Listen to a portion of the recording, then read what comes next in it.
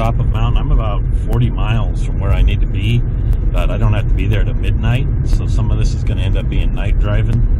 I have a group, my son and some of his friends that went up ahead of me, and they're going to be camped up there, so they said they'll have dinner ready whenever I get there. I don't know when I'm going to get there. I haven't even started the four-wheel drive trail yet, but I should get some good video footage of this trail. It's been a lot of years since I've been on it, and I guess they totally redid it, so it might be a lot smoother than it used to be anyway. Should get some good colors and some good views. Oh, see, this got washed out and repaired. Anyhow, this area is kind of known for flash floods, so some of that happens over here all the time, and you're always dealing with the leftovers from that.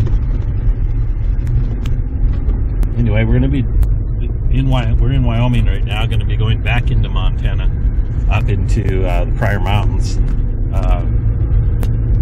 This road will take me through the Wild Horse Range, all the way up. We're going to be camped in the Wild Horse Range, watching a meteor shower tonight. It's supposed to be the second best night. Tomorrow's supposed to be a little better, but people got work and stuff, so we just all decided we're going to come up here, and it's kind of like our last warm day. It's about 68 degrees right now in October, and by Monday it's supposed to be 30. So we're like, well, if we want one more summer camping trip, we got to go get one. Yeah. Gonna have some pretty colors.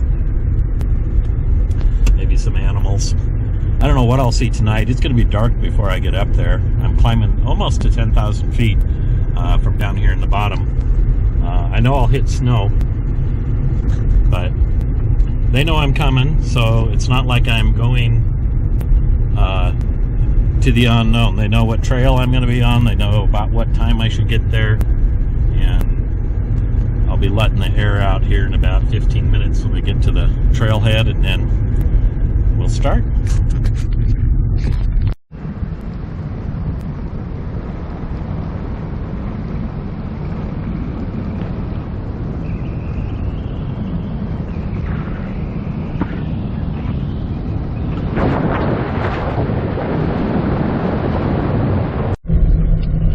Approaching what's known as the Sykes Jeep Trail. And let some air out here. Parking lot spot. Not sure what to expect. There was some washouts here this year. And before that, they had came in and they had done a lot of cleanup. So it's just a matter of going up and seeing how bad it is. So protect our wild horses.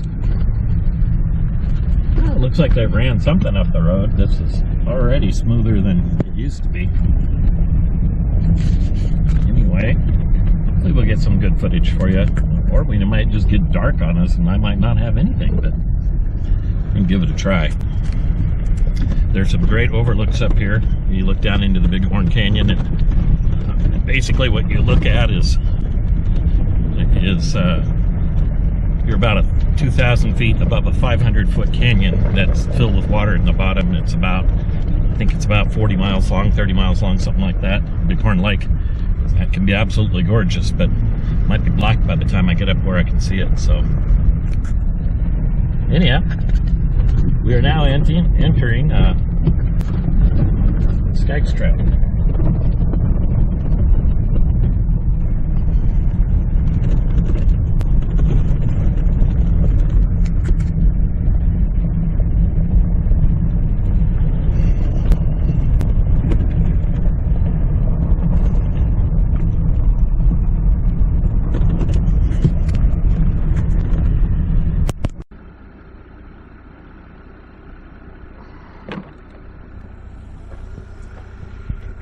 Well, here we are, starting our trip.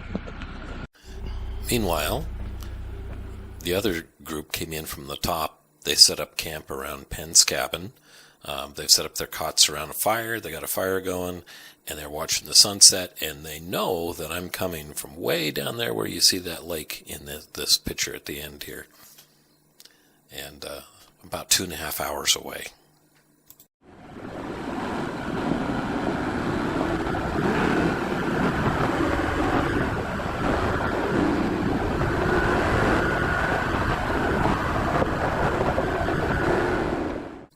Obviously, I'm not going to make a 2.5 hour long video, but I do use high-speed clips now and then just to give you ideas of the different sorts of colors at the different times while I was traveling up here. This first part of the trail is really deserty. It's a lot of uranium mining in the area. It has great views down at Bighorn Lake. You're looking into Wyoming.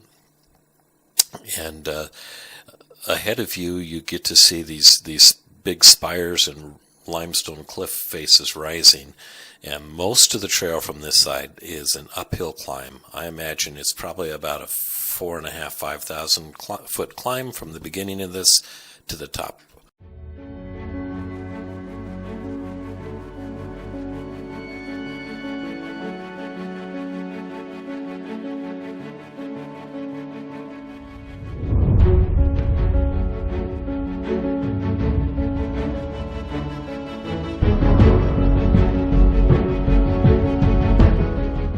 When you come off this steep hill, you're going to find a place where the trail splits, and you can go to the left or the right.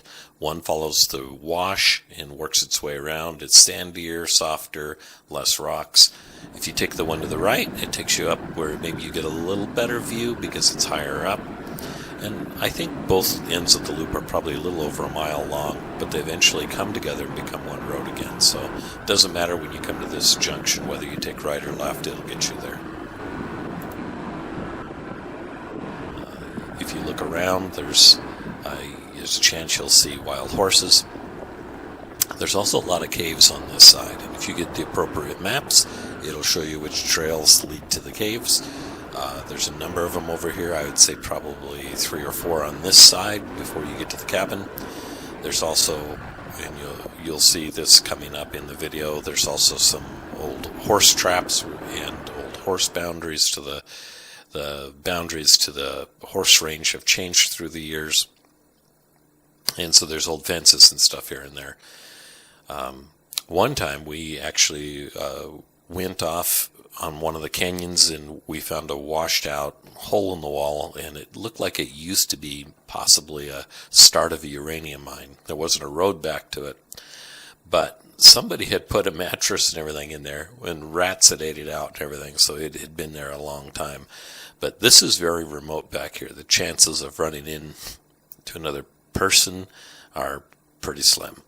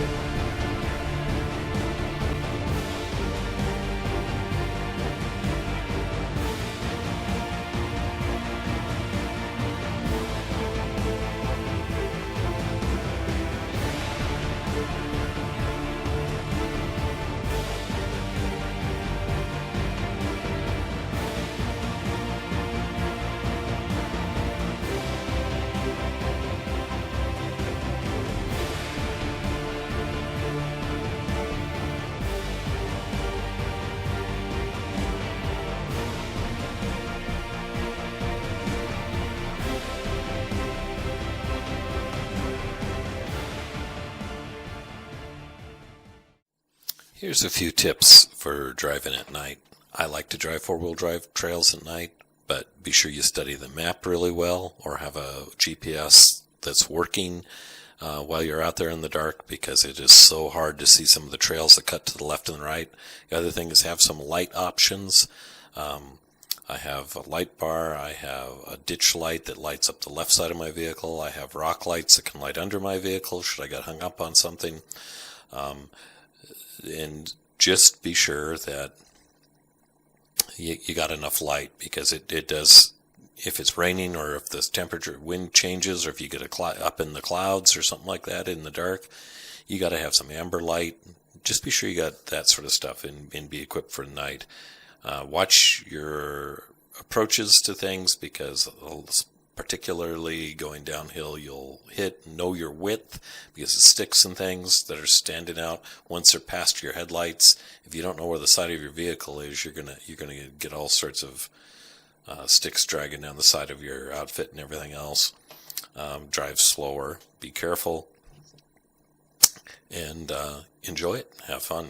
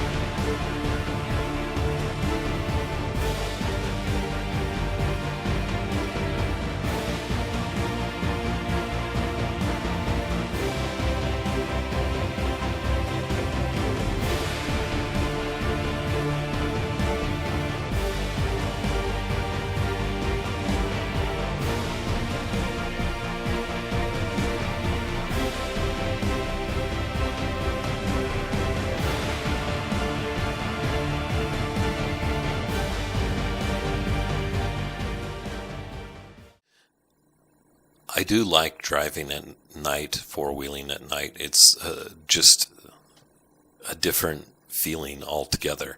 I think I got the creeps years ago when I was a little kid. There was a movie come out that was called Prophecy.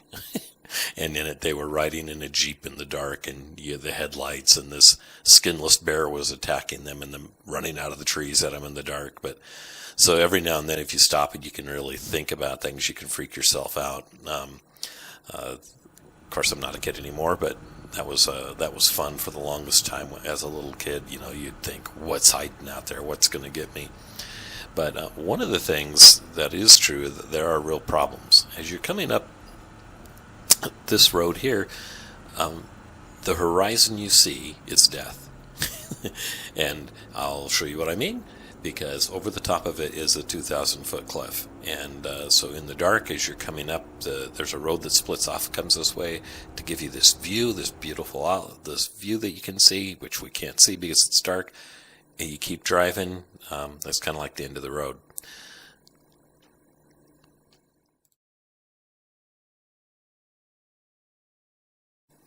it is very, very easy to lose your way in the dark and miss a turn. Like right here, where you turn, you can go straight and it leads you to the cliff, or you have to turn right and it's the main road.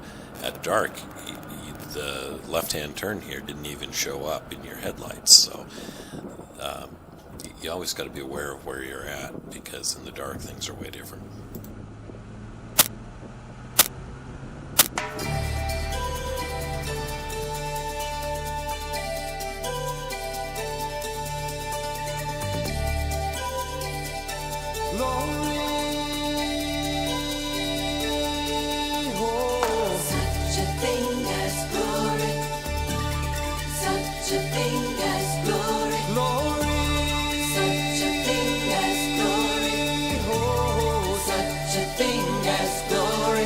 There is such a thing as glory, and there are hints of it everywhere, and the hints are overwhelming, and its scent is in the air. It's more powerful. Here you can see a light up on the hill, and that was, I'm about 2 miles from the camp, and one of them had walked out to the edge and was shining the light over the edge because he could see my headlights down through the trees, so he was just trying to see if I could see his light, and his light was very bright. I could see it through the trees up until I got under the ledge and couldn't see me anymore. And the hints are overwhelming, and its scent is in the air. It's more powerful than morning, oh, the morning can compare with such a thing as glory, with such a thing as glory. There was a man named Jesus, and he was God and he was flesh. And he came down here to lead us out from this burning wilderness. He took upon his shoulders our sin, our shame, our death. And there is such a thing as glory. There's such a thing as glory. Here I throw on the light bar. I haven't had the light bar on. I've been leaving these are just the stock headlights and stock fog lights that you see through the whole video, and I've been doing that mostly because I wanted to catch all the sunlight and in ambient colors that were out there before I whitewash everything with my light bar.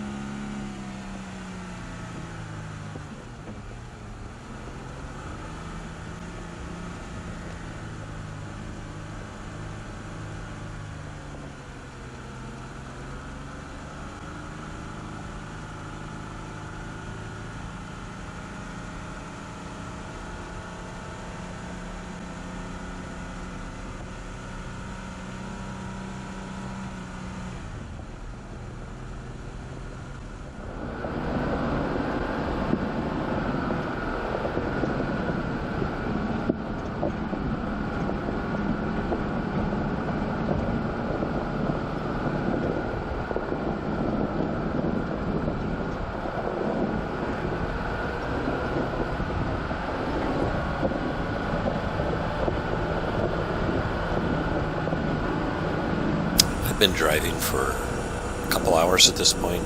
It took me about 2.5 hours to get from the bottom all the way to the top, and here's the tree across the road. So I didn't want to get the chainsaw out, so I fiddled with the thing, yanked the thing around. It was kind of cold right here. That was also because I had the heater turned way up in the car, so I was really warm. Then I got outside and fought with this tree. And the tree didn't look very big until you actually went to move it, and you can see it's about how big it is at the end here. Anyway.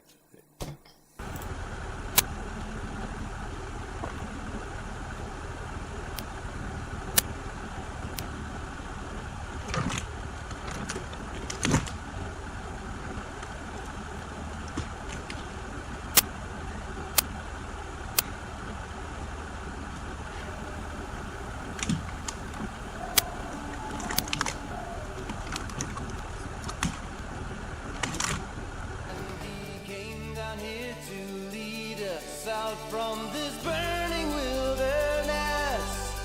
He took upon his shoulders our sin, our shame, our death. And there is such a thing as glory. There's such a thing as glory. And there is such a thing. And there is such a thing. And there is such a thing.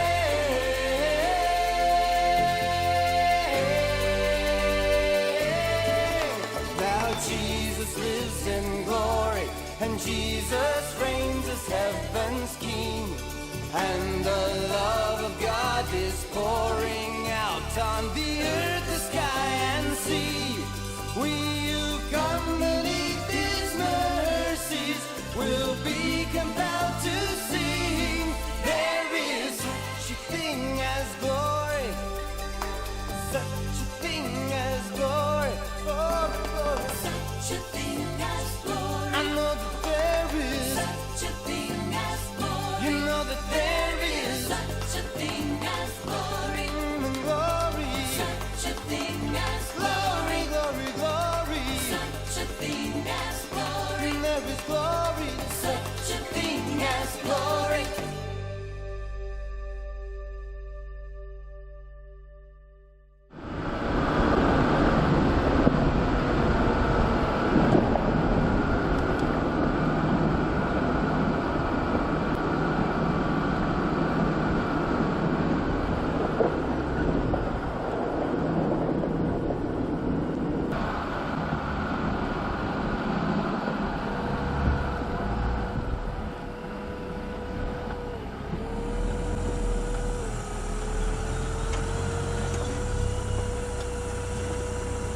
Got to keep the bears out. Keep going. Good.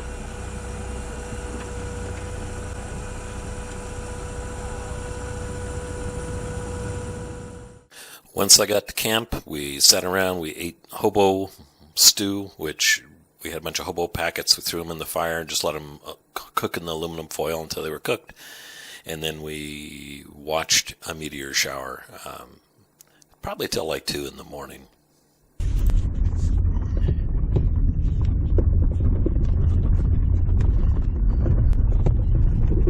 So we have one of our group has to get out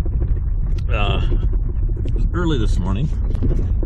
So I'm just going along to be sure they make it. The reason the guy had to get out, it wasn't a physical emergency, it was a different sort of emergency. His wife was going to be going to the doctor, and they're expecting their first child, and it was the first trip to the doctor, and so he wanted to be sure to be there for that, and so we agreed, hey, we'll get him out. The reason they asked me to kind of come with them is because when they came in, it's all downhill over the top when they were going through the snow and the mud and the ice and stuff. And my son still has probably 28-inch, 30-inch tires, something like that on his Jeep. So he was hoping that with my 37s, that if there was anybody getting stuck or anything like that, that I could help him out. And as it turns out, we didn't have any problem.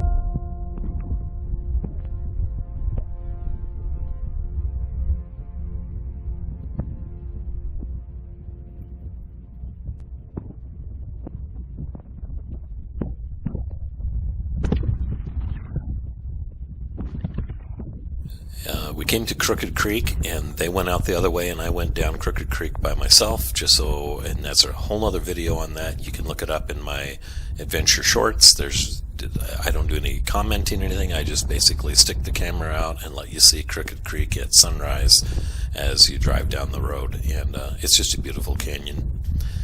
Anyway, like always, subscribe, tell a few other people about it, and help us change the algorithm a little bit, because the more people that watch it, the more bandwidth they give you.